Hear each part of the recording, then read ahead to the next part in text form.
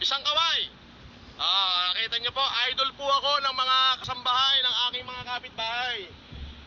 Kasi po tayo, pro mahirap po tayo, hindi ho tayo pro mayaman.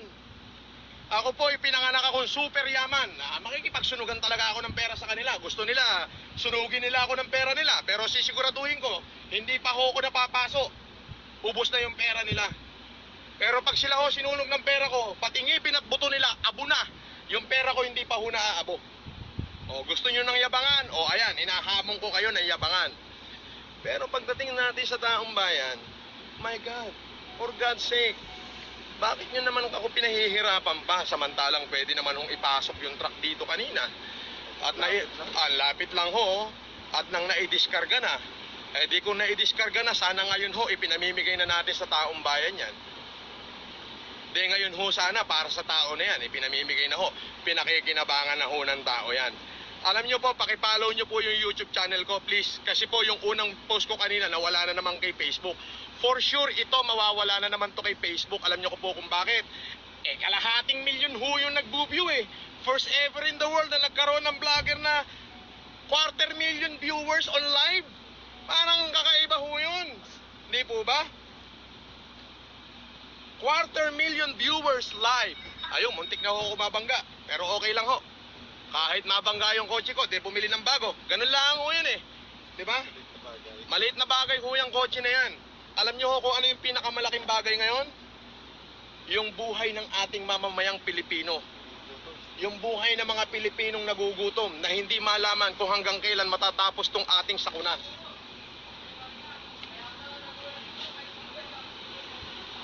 Ayun po yung pinakamalaking problema natin ngayon. Yan. Ang pinakamalaking problema po natin ngayon is yung buhay ng ating mga kababayan na walang-wala ho. Ngayon ho, sabi ko nga po, hindi po kaya ng ating government kung wala tayong tulong. Hindi po kaya ng ating gobyerno yan. Magbaba kang konti, kasi mainit. Okay na yan. Hindi po kaya ng ating government makasurvive. Higit niya kung kailangan ng damayan natin. Tapusin nyo na yan ha. Tapos kumain na kayo, magpapaluto ako. Yung mga volunteers, maraming salamat sa inyo. Kaway-kaway. Ricky, nag-live ako kanina. 180,000 viewers. Pinatay ko na. Pagdating ko sa bahay, nawala. Winala na naman ni Facebook. Nag-live uli ako. Paano kami namahal ng tao? 210,000 viewers live. So nakikita ng mga taong bayan kung ganong kakukupal yung ibang tao. Ito yung ating mga volunteers. Kaway kayo, kaway. Kaway. Actually, yun nga ho, tone-tonelatang bigas ho yan. Dapat ho yan, they put me into consideration naman.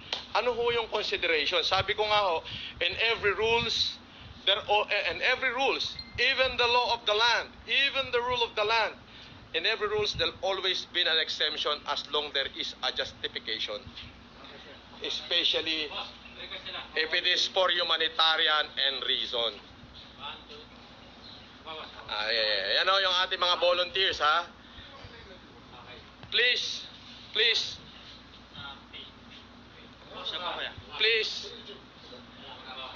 Meron din ako siya. Please do watch and like my YouTube channel. Para po sa mga taong bayan din po ito. Ngayon po, na-delay na ho tayo. Yun nga ho yung sinasabi ko. What does that mean? Delay. Nabigyan nyo naman ng bigas siya, Ricky? Yung mga katulong, bigyan nyo na ng bigas.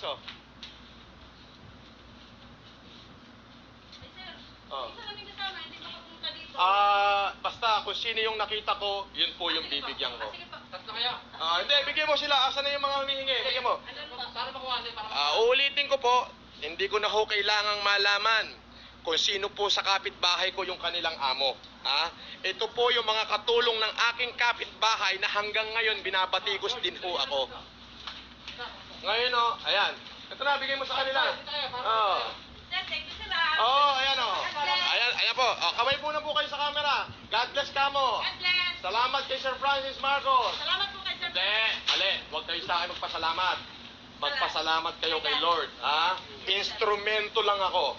binigyan niya po kayo ng kapitbahay na mabuting instrumento. Ayun nga yung sinasabi ko. Dapat proud yung mga kapitbahay ko. Dahil first ever in the world, only the Green Meadow residents ang tumulong sa iba't ibang bayan sa Pilipinas, hindi dahil maraming pera, kung hindi dahil kailangan ng republika ng isang katulad natin na tutulong sa panahon ng epidemya. Dapat proud kayo sa akin. Dapat di nyo ako binabatikos, dapat tinutulungan nyo pa ako. Nakatira po ako rito, wala akong binayolate na law of land. Yung vlog po, vlog yun eh. Ngayon kung tinatamaan kayo sa vlog ko, ikaw nga yung pinatatamaan kung hindot ka. Diba? Gawa muna nga ako ng kape, abatan, mukhang magkukulaps na ako, at saka tubig. Kung ikaw yung tinatamaan sa vlog ko, ikaw na nga yung pinatatamaan kung hindot ka. Pero yun yung hirap na hirap po yung aking sasakyan, yung Expedition. Labas-masok para maikarga yung 5 tonelada. Tapos mamayang hapon, meron pa hong 5 tonelada. Diba? Ayan o, nakikita na unang milyong Pilipino kung ano yung nangyayari. Mga kababayan, kung sakali po na maging masama ang aking kapalaran, let's say may nagpa-ambush ho sa akin at ako ho ay namatay, alam nyo na ho, sila lang yung mga galit sa akin, Ayan. Sila lang ho yung mga galit sa akin. Ayan. Sheila Yor, J.R. Tanagduma, Ron Joby Anwang, Chai Chong, Sing Kim, Joyce Salvateria, Love Cortez, Marudo, Gilbert Marcos, Richard Bayani, Uds Ocampo.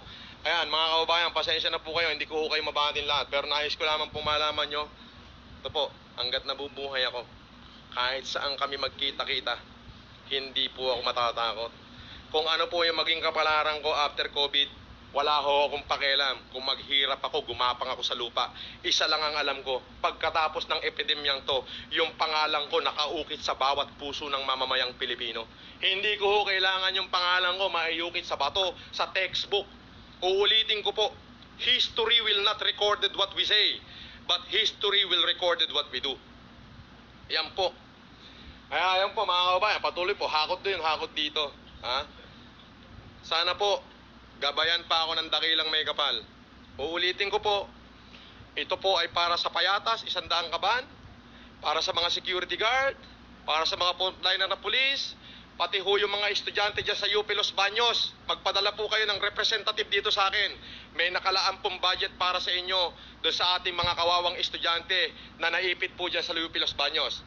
Dyan sa Caloocan, yung mga nagme-message sa akin sa YouTube, meron din po kayong tulong na maaasahan. Hanggat humihinga po ako, willing po akong isakripisyo kung ano man yung natitira sa akin. Alam nyo po, sa totoong buhay, kahapon po hiniwalayan ako ng aking asawa dahil sa ginagawa ko. Pero tinanggap ko po yun dahil hindi ho niya akong hindi ko ho kaya naipit po dyan sa Lupilas Baños. Mas pinili ko ang pagtulong sa taong bayan kaysa sa sarili kong kapakanan. Mas pinili ko ang pagtulong ko sa tao kaysa ho sa sarili ko. Pero umaasa pa rin ho ako.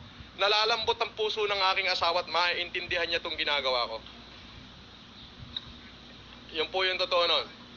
Ako po'y umaasa na yung puso ng aking asawa ay lalambot at maiintindihan niya yung aking ginagawa at mamahalin niya yung kung sino man ako, kung paano yung ginagawa ko para sa taong bayan. Pinamili ho niya ako magbabago raw ho ba ako o hindi? Sabi ko, kung masama ako, hindi na ako, eto na ako. Ngayon, kung masama ang maging mabuti, hindi na rin ako magbabago.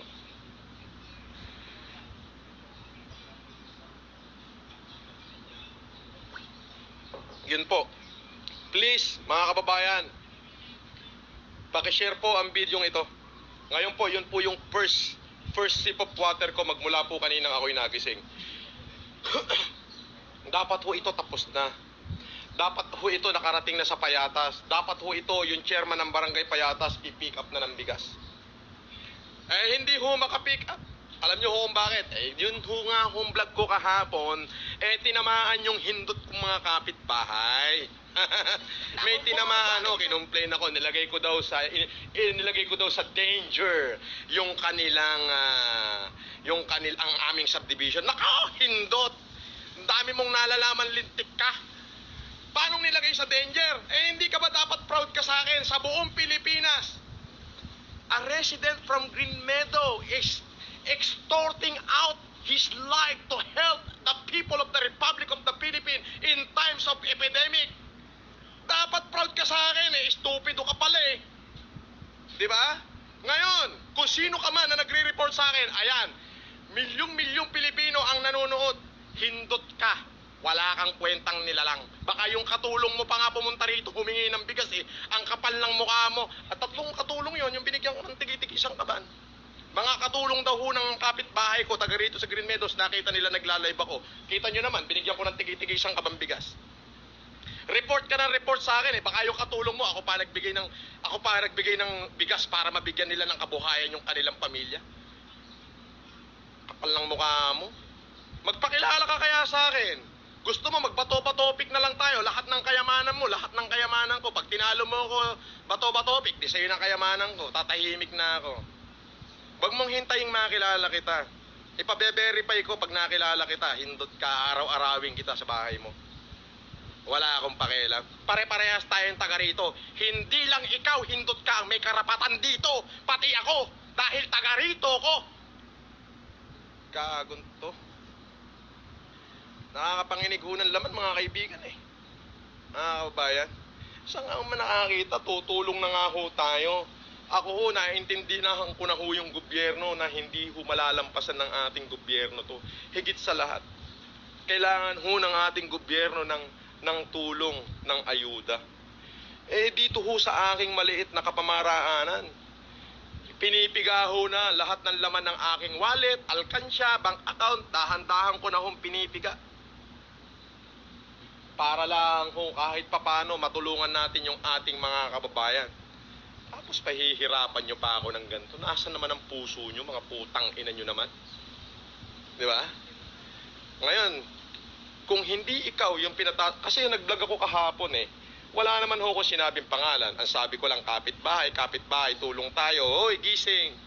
Mga politikong, sandamakmak pangako sa inyong probinsya. Hoy, gising. Kapitbahay ko, politikong, sandamakmak din ang pinangako sa kanyang probinsya. Hanggang ngayon walang natutupad. Hoy, gising. Yun po yung sinabi ko eh. Wala akong binigay na pangalan at nagre-react kayo.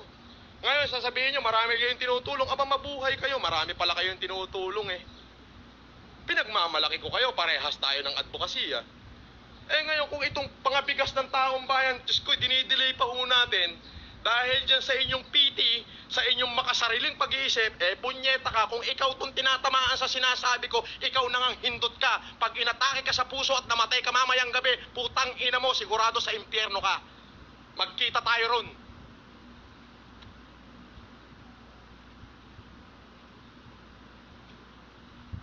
Diba?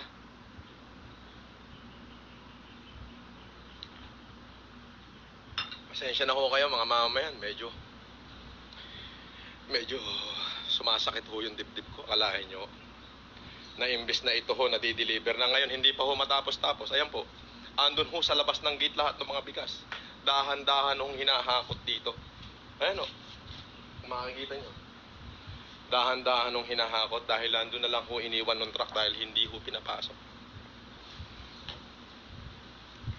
Di ho ba? Sabi ni Jose Ruel, relax boss. Kailangan ka pa ng maraming Pilipino. Naiintindihan ko yun eh. Oho. Kaya nga ho kinakalampag ko kasi alam ko yung sa ganung pamamaraan, alam ko yung mga kapitbahay ko, mga mabubuting tao at tutulong yan. Pero instead ho na makatulong, pambihira, dinelay pa ho yung delivery ng bigas. Itinambay ho ng kalahating araw yung mga bigas. Nakita nyo? Dinilayed ho pa yung bigas. Dinilayed ng kalahating araw. Hindi ho ba?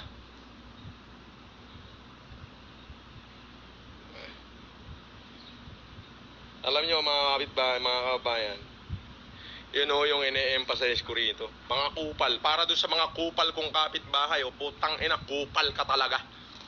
Isa kang malaking kupal. Alam ng milyong-milyong Pilipinong nanonood sa akin na kupal ka. Na hindi lang ikaw may karapatan dito, may karapatan din ako, taga rito ko, putang ina. Huwag kang magpapakilala sa akin, araw-arawin kita. Pag nakilala ko kung sino ka, araw-arawin kita dyan sa gate mo kahit anong street ka pa. Buti pa, pinuntahan mo ako sa bahay, sinampal mo na lang ako, okay pa eh. Bakit ka tinamaan sa vlog ko? Siguro ikaw nga yun. Siguro nga'y hindot ka, kaya ka tinatamaan. Nag-vlog kasi ako kahapon, Briggs. Sabi ko sa vlog ko, mga kapitbahay, itong kapitbahay ko, politikong sansakan din, ang pinangako pero napapako. It is kapitbahay. I never mention a name. It is part of the vlog. Ayun na nga eh, tinamahan eh. Tinamahan. Kahapon, kinausap ko na yung pamunuan. Yung guard. Sabi ko, nakiusap na ako kahapon. Sabi ko, alam ko, meron tayong subdivision rules, lockdown rules. Alam ko yon na meron tayong lockdown rules. Meron tayong lockdown rules. Sabi ko, alam ko yon. Pero pwede ba makiusap? Sabi ko, in every rules, even the rules of the land, there always been an exemption as long there is a justification, especially if it is committed or connected to the humanitarian end reason. Sabi ko, sir, ano po yon? May darating akong bigas, maaga, mga alas 9, alas 10, galing ng Nueva Ecija. Ito po yung napakasarap kong bigas nito. Sinandoming po ito. Ay, Denorado po ito. Pinakamahal na bigas ito. Ayan po. Ayun, kita nyo po kung gaano kahirap ang ginagawa ng expedition na babalik-balik, pupunta ng gate, babalik. Samantalang ko yun hong truck kanina, pinadaan na ho nila, di sana ho'y tapos na i-deliver na ho. 5 tonelada bawat truck, brad eh. Hindi kaya, 5,000. Yes. Di ba, lalaki katawan ni Ricky? Tsaka nila. Di ba? Yan po, kita nyo. Tingnan nyo. Bubuksan yung expedition. Ganyan ho, ang hirap na pinagdadaanan namin. Buti na lang ho. Anong pangalan mo? Regan, boss. Regan. Buti na lang. Nandiyan si Regan, yung volunteer. Ikaw, anong pangalan mo? Marlo Lubusta. Ha? Marlo Lubusta. Marlo Lubusta. May volunteer ho. Kaya mag-alala, may bigas din kayo sa akin. Walang problema. Pasensya na kayo, ha? Ayan. Buti na lang ho, merong mga nakakaintindi tayong kababayan na, ayan, dahan-dahan ho. Isa-isa. Gaano ho katagal yan? Buti ho sana kung... Di ho ba? Gaano ho katagal yan?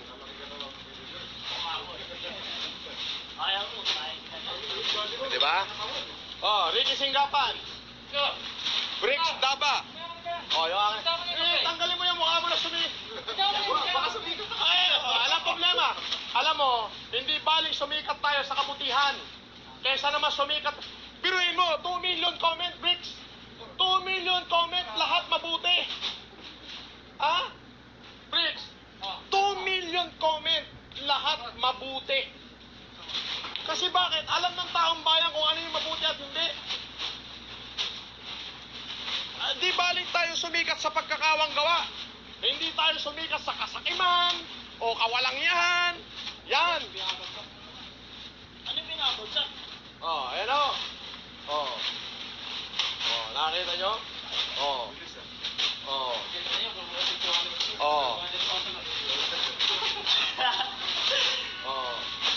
Nakita nyo po yan, mga kaibigan. Yan.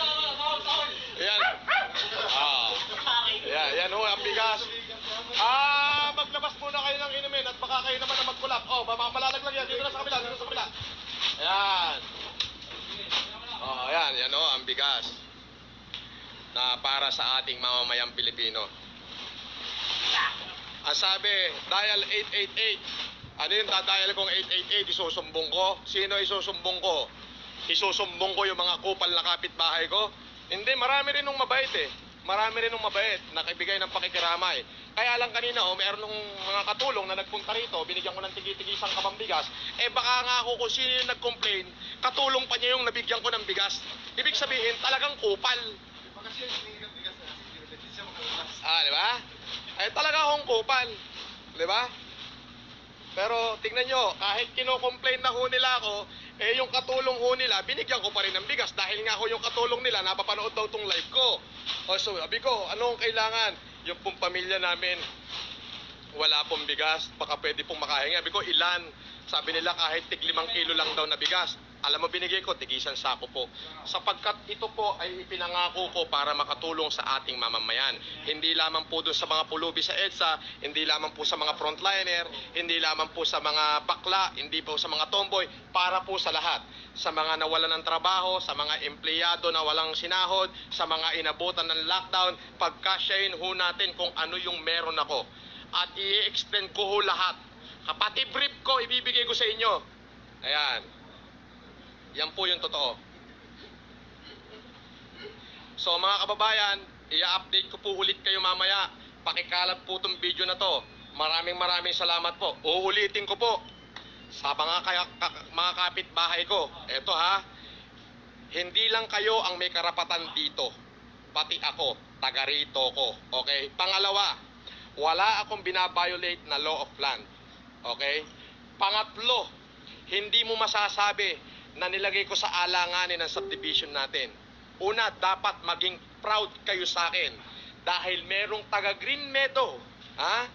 There is a man who against the odds na taga Green Meadow na tumulong sa ating mga kababayan ngayong may kinaharap ang ating lipunan na malaking epidemya. Ayun po. Dapat maging proud kayo.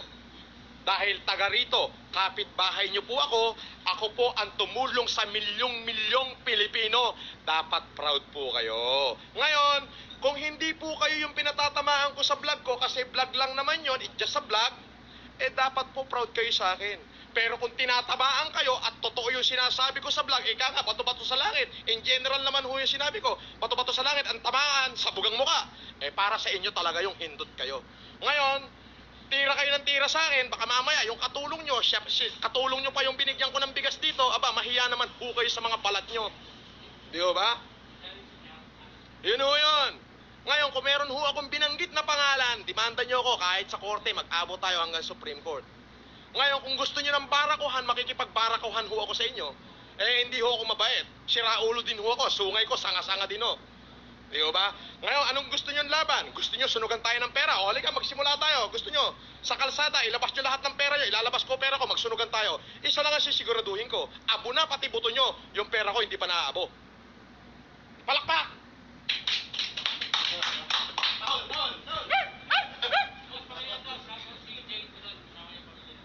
Sinashoutout ko si Jay Tulon, kasama yung pamilya niya. Ayan. Sinashoutout ko po. Please do share this video para kumalat. Pakisave na rin po at isigurado ko po mawawala na naman to kay YouTube. Please, mawawala naman ho ito kay Facebook. Kaya kanina yung unang live ko nawala. And please follow me on YouTube channel mamaya po para sa update. Maraming salamat po. Muli, sa aking mga kapitbahay, wala po akong personal na galit sa inyo. Hindi po personal yung video ko kahapon. It is in general. Dahil ako po ay vlogger. Para maniwala po kayo, pumunta kayo rito, tingnan nyo yung YouTube ko.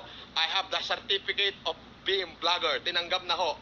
Ngayon, yung kikitain po ng aking YouTube channel, kung sakali pong kumita na, ibibigay ko rin po sa taong bayan. Hindi po para sa akin yon. Pero nagsisimula pa lang po. Yung pong vlog ko kahapon, it is in general. Okay? Puro kapitbahay. Marami ho kong bahay, di marami kong kapitbahay. May bahay ho ko sa Nightingale. May tinatayo kami sa Flickers. Andito ako sa Swallow. So marami kong kapitbahay. Yun ho in general. Kaya wag niyo hong masamain yun. Dapat ho maging proud kayo sa akin sapagkat nagkaroon kayo ng kapitbahay na sa gitna ng epidemyang malaking kinakaharap ang ating lipunan, ang mundo. Nandito po ako, kapitbahay nyo, na tumulong sa kanila. Pati na rin ho sa mga katulong nyo. Tumulong din yung katulong, 3 katulong daw na taga rito. Binigyan ko tigi-tigisan sa akong bigas dahil nanonood sa akin ha. Pero kung kayo tinatamaan doon sa vlog ko, hindot kayo, kayo na nga ho yun. Pero kung hindi naman, hindi ho. Yun lang ho. Ngayon, kung talagang gusto nyo ng wala akong problema sa akin, kakasahan ko ho kayo. Pero hindi ho tayo dapat umabot sa ganun. Dapat imbis na tinitira nyo ako, tinutulungan nyo ako, matulungan natin yung ating mga mamamayan. Putang ina, mamamatay ho sila Una, hindi ho kaya ng gobyerno lahat yan. Kailangan ho ng tulong natin. Kaya imbis na putang ina, puro complain ang ginagawa nyo, tumulong na lang din kayo. Hoy, gising! Ha? Maraming salamat po. Share nyo po itong video na to. Follow me on my YouTube channel, Francis Leo Marcos sa YouTube po. At makikita nyo po rin yung subscriber ko. Marami na po. Nasa 20,000 na po yon o 15,000 pataas. Doon po kayo mag-follow. Family picture po. Maraming salamat po. Please do share. Love this video para makarating pa sa lahat ng ma-challenge. Ito ang panibagong challenge ko. Para sa mga mayamang may puso challenge. Mabuhay po kayo at magandang hapon po sa